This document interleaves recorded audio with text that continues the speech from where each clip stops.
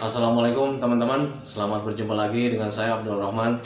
Dan masih tetap di channel Abdul Rahman ya. Dan masih tetap juga mengupas tentang seputaran asam lambung dan arthritis psikosomatis. Nah, di season kali ini saya akan mencoba menyampaikan berapa lama kita harus mantrang makanan gitu teman-teman ya. Karena untuk orang-orang yang terkena gangguan asam lambung dan arthritis psikosomatis sangat penting sekali untuk menjaga jenis makanannya. Kenapa harus seperti itu? Karena biar lebih mempercepat pemulihan sistem pencernaan kita gitu teman-teman ya.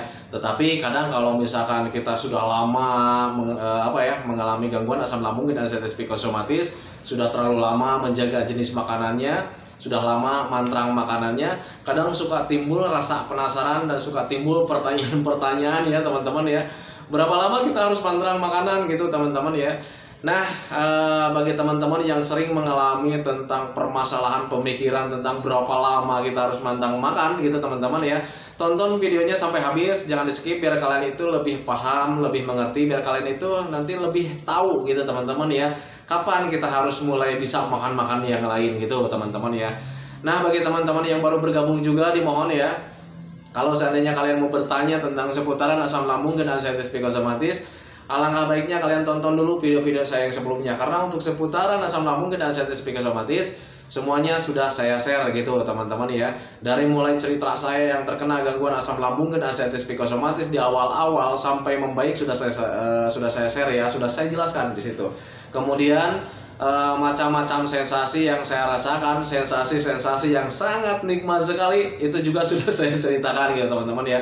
Kemudian bagaimana cara memahaminya, kemudian bagaimana cara menangani setiap sensasi yang ada gitu teman-teman ya. Itu sudah saya share, makanya tonton dulu video-video saya yang sebelumnya. Nah, bagi teman-teman yang baru bergabung juga dimohon ya, videonya itu untuk di-subscribe dulu, karena untuk subscribe itu tidak memerlukan biaya, tidak memerlukan pendaftaran. Jadi subscribe itu adalah hal yang sangat mudah sekali bagi teman-teman lakukan ya. Jadi teman-teman itu cukup memijit saja tulisan yang warna merah, tulisan subscribe, biar kenapa? Jujur ya, biar videonya itu cepat berkembang dengan baik. Dan kalau seandainya videonya itu berkembang dengan baik, sudah barang tentu itu akan menambah semangat tersendiri buat saya untuk terus nge-share tentang seputaran asam lambung dan arthritis psikosomatis ini terhadap kalian. Kemudian yang lebih utamanya, yang lebih pentingnya, tekan juga tombol lonceng sama tombol like-nya ya teman-teman ya. Biar kalian itu dapat notifikasi atau pemberitahuan video saya yang terbaru, karena saya itu akan terus nge-share tentang seputaran asam lambung dan arthritis psikosomatis ini terhadap kalian, dengan tujuan semoga saja videonya itu menjadi wasilah buat kalian atau jalan keluar bagi kalian yang sedang mengalami gangguan asam lambung dan arthritis psikosomatis hingga membaik ya, apalagi sampai sembuh total. Amin ya rabbal alamin. Ya minimal hanya memberikan motivasi saja, atau lebih minimalnya lagi hanya sekedar menemani kalian saja yang sedang merasakan tidak nyamannya dari gangguan asam lambung dan arthritis psikosomatis. Nah itu teman-teman ya. Nah, kembali lagi ke topik utama teman-teman ya. Orang-orang yang terkena gangguan asam lambung dan arthritis psikosomatis memang harus menjaga jenis makanannya, karena ketika kita menjaga jenis makanannya itu akan lebih mempercepat pemulihan kita teman-teman ya. Tetapi berbeda dengan orang-orang pas itu membaik, sudah sembuh total, tetapi dulu juga saya tidak menjaga makanannya. Coba ingat-ingat kejadian ketika kalian pertama kali terkena gangguan asam lambung dan arthritis psikosomatis sampai kalian sembuh total, itu jangka waktunya berapa lama? Bandingkan dengan orang-orang yang menjaga jenis makanannya, pasti itu akan lebih cepat. Kenapa? Karena itu bentuk bantuan dari diri kita sendiri untuk membantu sistem pencernaan gitu teman-teman ya. Jadi itu sebetulnya bentuk ikhtiar kita teman-teman, biar pencernaannya kita itu terjaga, kemudian cepat pemulihannya. Nah itu teman-teman ya. Tetapi kadang kalau misalnya udah lama kejadian itu gitu teman-teman ya, kita sudah lama pantrang makanannya, itu memang suka ada timbul rasa ingin mengkonsumsi makanan-makanan yang lain dengan dasar karena kitanya hobi gitu kan, kemudian kitanya penasaran. Nah itu teman-teman ya. Tetapi ketika mau mencoba juga kita mempunyai kendala gitu teman-teman. Kendalanya seperti apa? Ya kita itu tidak ingin pencernaannya kita itu terganggu lagi. Memang seperti itu. Itu adalah perasaan yang cukup normal gitu teman-teman ya. Tetapi yang saya sampaikan di sini, kalian juga boleh mengkonsumsi makanan-makanan yang lain kalau seandainya kalian itu sudah mulai membaik. Dengan tanda-tanda seperti apa? Nah itu teman-teman. Jadi ketika kalian mau mencoba makanan-makanan yang lain, kalian juga harus perhatikan sensasi dari medisnya itu sendiri. Beda dengan sensasi dari psikisnya teman-teman ya. yang saya sampaikan di sini adalah sensasi medis-medisnya kalau seandainya tidak ada, sudah tidak dirasakan lagi, ya kalian boleh mengkonsumsi makanan-makanan yang lain dengan catatan mengkonsumsinya juga harus dijaga kapasitasnya. Jangan terlalu berlebihan lah gitu teman-teman ya, karena untuk yang berlebih itu jangankan untuk makanan yang ada efek sampingnya, makanan-makanan yang sehat juga kalau seandainya kapasitasnya tidak dijaga ya nggak baik juga gitu teman-teman ya. Itu pengalaman saya gitu teman-teman ya. Nah kemudian kalau seandainya kita mau mengkonsumsi makanan-makanan yang lain atau makanan-makanan pantrangan, apa sih yang harus diperhatikan dulu di dalam medis kita gitu teman-teman ya. Ya sudah barang tentu itu medis-medis tentang pencernaan gitu teman-teman ya. Kalau seandainya medis-medis pencernaan sudah tidak ada, kita sudah mulai boleh mengkonsumsi makanan-makanan yang lain. Nah medis-medis pencernaan itu apa gitu teman-teman ya. Nah untuk medis-medis tentang asam lambung yang kalian harus perhatikan itu kalau seandainya lambungnya sudah mulai tidak ada rasa begah lagi, jadi lambungnya baik-baik saja ketika makan, begahnya sudah mulai tidak ada nih. Kemudian lambungnya sudah mulai tidak ada terasa panas lagi, jadi ketika konsumsi makanan apapun sudah tidak merasa panas lagi gitu teman-teman ya. Kemudian ulu hatinya sekarang sudah mulai membaik, tidak ada kalau misalnya ditekan seperti ini, itu tidak ada terasa sakit atau terasa tidak nyaman, itu sudah tidak ada lagi. Nah itu kalian bisa dikatakan medisnya sudah mulai membaik. Kemudian dada sudah tidak ada terasa panas lagi, perutnya sudah tidak terasa panas lagi. Nah itu berarti medis kalian sudah baik-baik saja gitu teman-teman ya. Karena kalau misal kita mengulang tentang sensasi asam lambung ya cuman sedikit teman-teman ya. Tetapi kalau misalkan sensasi-sensasi yang lain itu berarti dampak dari asam lambung, bukan dari asam lambungnya teman-teman ya. Kalau medis dari asam lambung, sensasi dari asam lambung cuman sedikit. Perut terasa panas, lambungnya terasa panas gitu teman-teman ya, selalu mengalami begah, kemudian ulu hati terasa sakit gitu teman-teman ya, kemudian sering mual gitu, kemudian selalu panas lambungnya atau dadanya. Nah itu berarti asam lambungnya belum normal. Tetapi kalau misalkan semua kejadian itu sudah kalian tidak rasakan lagi, kalian sudah bebas ya, berarti pencernaannya sudah mulai membaik, sudah baik lah, bisa dikatakan sudah baik kalau seandainya sensasi itu sudah tidak ada. Tetapi untuk sensasi-sensasi dampak yang lain seperti apa ya, kayak macam kelayangan seperti itu, apakah makanan itu harus dijaga? Ya tetap ya, kalau misalnya untuk kelayangan itu kita kenali dulu kalau seandainya kelayangan itu dari apa sebabnya.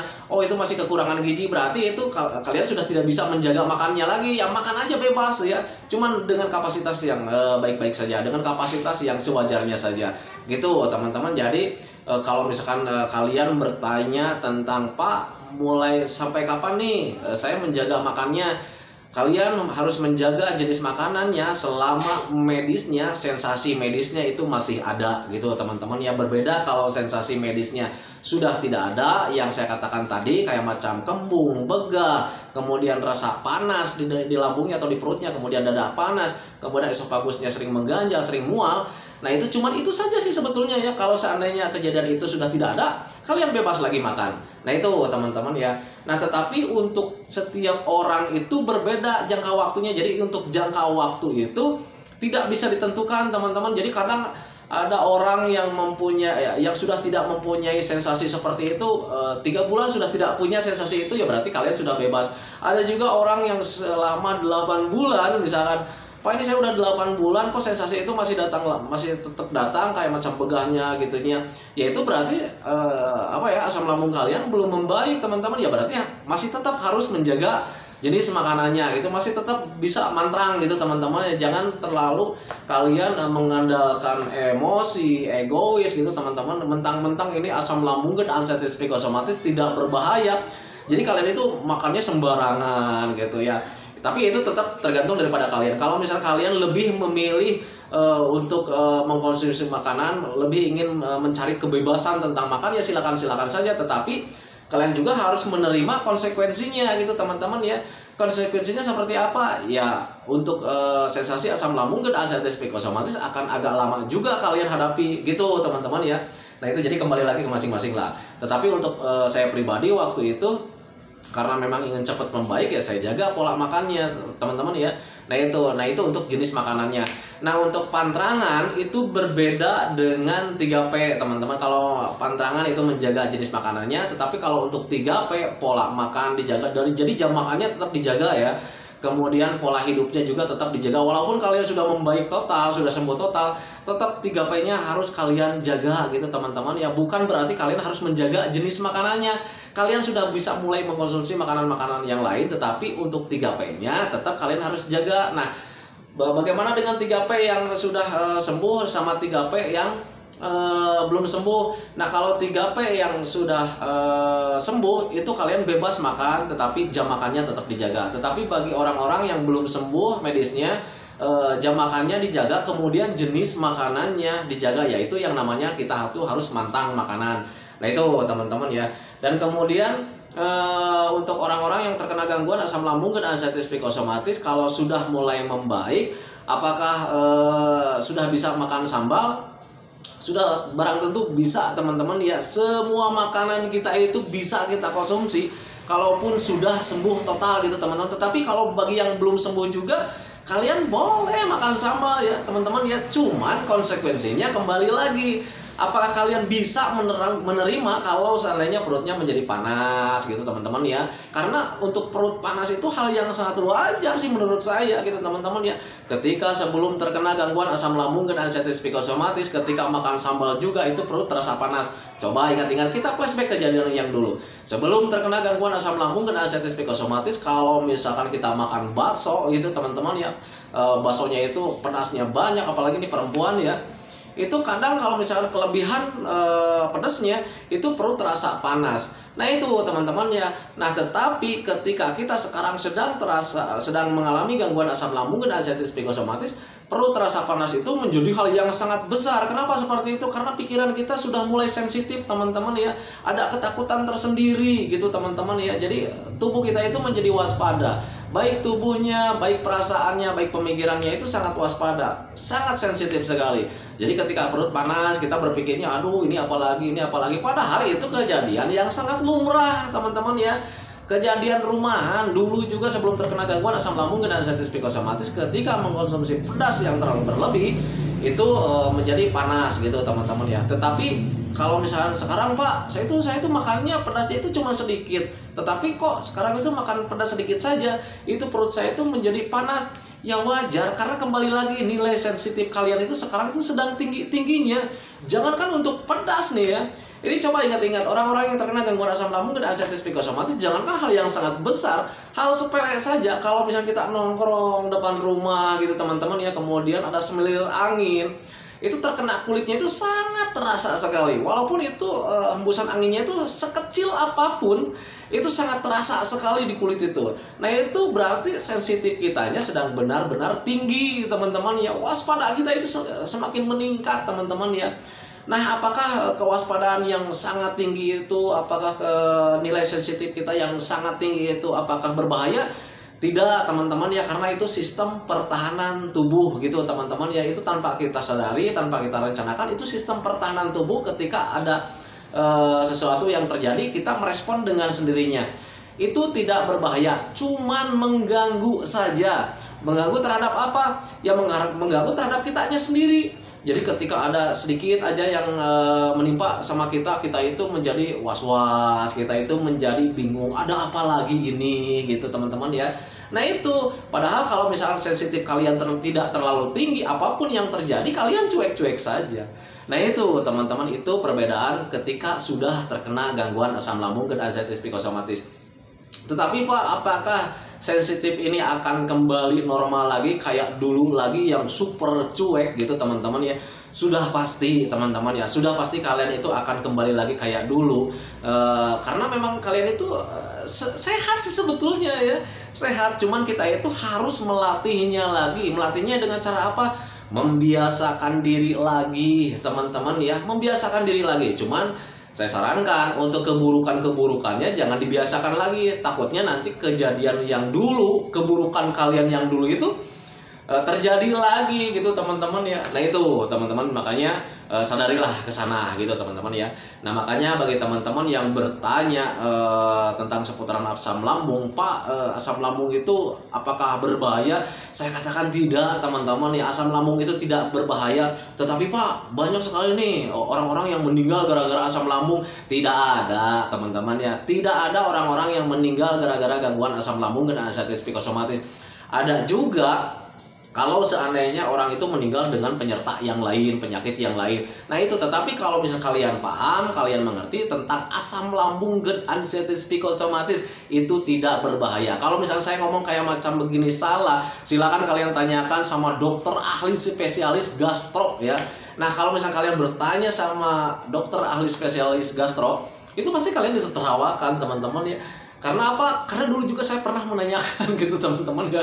Saya sering bolak-balik ya waktu itu, bolak-balik curhat, bolak-balik negosiasi konsultasi sama dokter. Ketika banyak sekali yang meninggal, apalagi dulu ya di awal-awal COVID itu, saya sebetulnya sudah mulai membaik teman-teman ya, di awal 2000 berapa ya waktu itu ya, lupa lagi saya juga ya.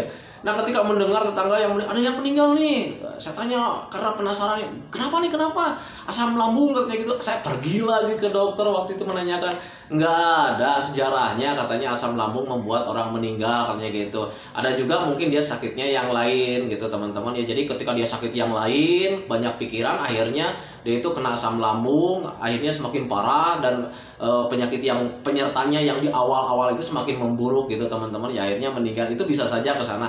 Itu penerangan dokter gastro gitu teman-teman, itu bukan keterangan dari saya. Kalau misalnya kalian masih penasaran juga, silakan tanyakan ke dokter ahli spesialis gastro.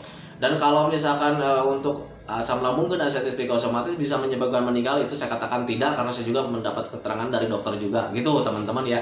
Ya tetapi itu merupakan bukan yang harus kalian pikirkan lah gitu teman-teman. Yang harus kalian pikirkan itu bagaimana caranya supaya sekarang kita itu tetap sehat, agar perbaikan kita itu semakin cepat gitu teman-teman ya. Dengan cara seperti apa? Belajar masa bodoh tentang apa informasi orang lain yang berbahaya teman-teman. Toh kalian sudah tahu bahwa gangguan asam lambung dan anxieties psikosomatis ini tidak berbahaya sama sekali. Jangan didengarkan orang-orang yang bilang tentang asam lambung begini bla bla bla bla. Nah dianya sendiri juga nggak pernah mengalami teman-teman ya. Jangankan untuk asam lambung ini ya, jangankan orang yang biasa-biasa saja, dokter sekalipun kalau seandainya dia belum mengalami tentang gangguan asam lambung dan anxieties psikosomatis, dia akan kurang paham teman-teman. Coba ingat-ingat ketika kalian datang ke dokter setiap hari, mengeluh setiap hari tentang asam lambung, bukannya dia mengobati, malah dia itu menyuruhnya itu, tolong katanya sebaiknya Anda hubungi saja psikiater katanya, kan seperti itu ya. Nah itu berarti dia itu sebetulnya dia tahu ya, kita itu selain terkena medisnya, kita juga terkena pemikirannya. Jadi untuk medisnya, dokternya itu sudah cukup memberikan obat ya, cuman yang harus kita benahi itu pemikirannya. Makanya dokter selalu bilang, ayo lakukan, sebaiknya menghampiri psikiater, karena itu ya, jadi kita itu terkena pikirannya. Makanya kalau seandainya kalian mendengarkan informasi-informasi yang gak jelas dari orang-orang yang belum pernah mengalami gangguan asam lambung dan anxieties psikosomatis, jangan didengarkan teman-teman. Mereka itu biasanya tukang obat teman-teman ya, biasanya mereka tukang obat, kemudian yang selalu mencari sensasi, pengen gimana gitu, pengen dinilainya itu gimana. Enggak lah gitu ya. Untuk gangguan asam lambung dan anxieties psikosomatis tidak berbahaya teman-teman ya, pahami saja ke sana. Gangguan asam lambung dan anxieties psikosomatis butuh pemahaman, bukan butuh obat. Kalau misalnya kalian paham secara detail tentang asam lambung dan anxieties psikosomatis, kalian akan tertawa sendiri justru ya. Hari itu juga kalau seandainya kalian sudah mulai paham, hari itu juga kalian mulai membaik teman-teman ya. Itu yang saya rasakan waktu itu. Jadi ketika terkena gangguan asam lambung dan anxieties psikosomatis, sedang merasa tidak nyamannya dari gangguan asam lambung dan anxieties psikosomatis. Nah ketika mulai tahu, sudah paham, hari itu tahu, hari itu dapat ketenangan gitu teman-teman. Hari itu juga saya merasakan perbaikannya teman-teman ya.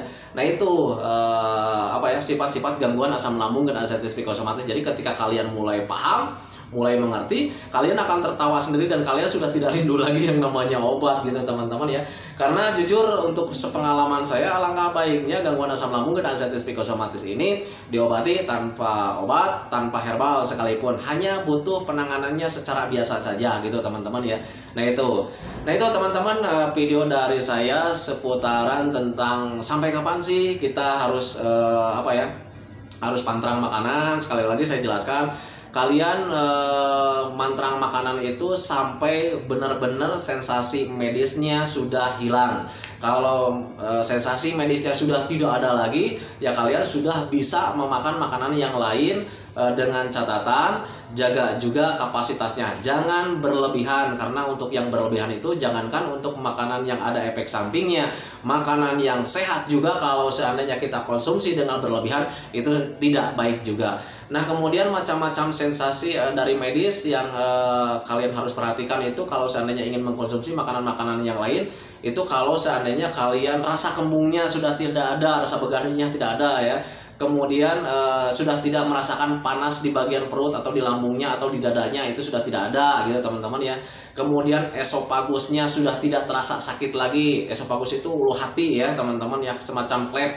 Itu sudah nyaman, itu kalian sudah bebas makan. Kemudian sudah tidak ada rasa mual lagi, jadi makan sedikit juga kadang kan suka mual, suka pengen muntah. Nah, kalau seandainya kejadian-kejadian itu sudah tidak ada, kalian sudah bebas makan lagi. Tetapi kalau misalkan Pak, ini saya sakit badan nih, apakah sudah bisa mulai mantang?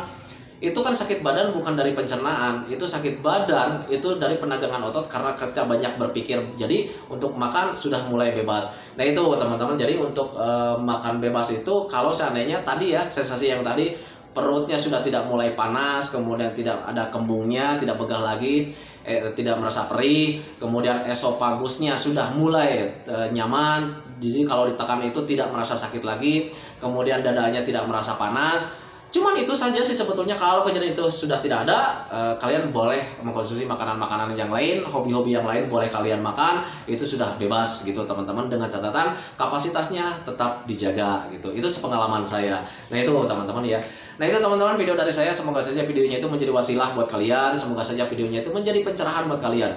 Semoga saja kalian itu menjadi tambah mengerti, tambah paham, karena untuk gangguan asam lambung dan anxiety psikosomatis ini butuh pemahaman. Nah itu teman-teman ya. Doa saya buat teman-teman yang sekarang sedang merasakan gangguan asam lambung dan anxiety psikosomatis, semoga saja kalian itu tambah lebih baik, tambah sehat lagi, keinginan kalian, mood kalian, semangat kalian itu semoga cepat kembali lagi, kemudian keadaan yang dulu itu cepat kalian kembali lagi ya, karena keadaan yang dulu itu sangat dirindukan sekali. Amin ya robbal alamin. Nah doakan saya juga agar saya itu tetap sehat, tetap kuat, tetap ceria, agar masih bisa tetap menemani kalian. Nah itu teman-teman ya. Nantikan videonya teman-teman. Selamat berjumpa lagi di lain kesempatan. Nanti masih tetap di channel Abdurrahman dan masih tetap di seputaran asam lambung dan anxiety psikosomatis. Saya ingatkan sekali lagi, tolong tonton videonya sampai habis ya. Kemudian jangan lupa subscribe. Assalamualaikum warahmatullahi wabarakatuh.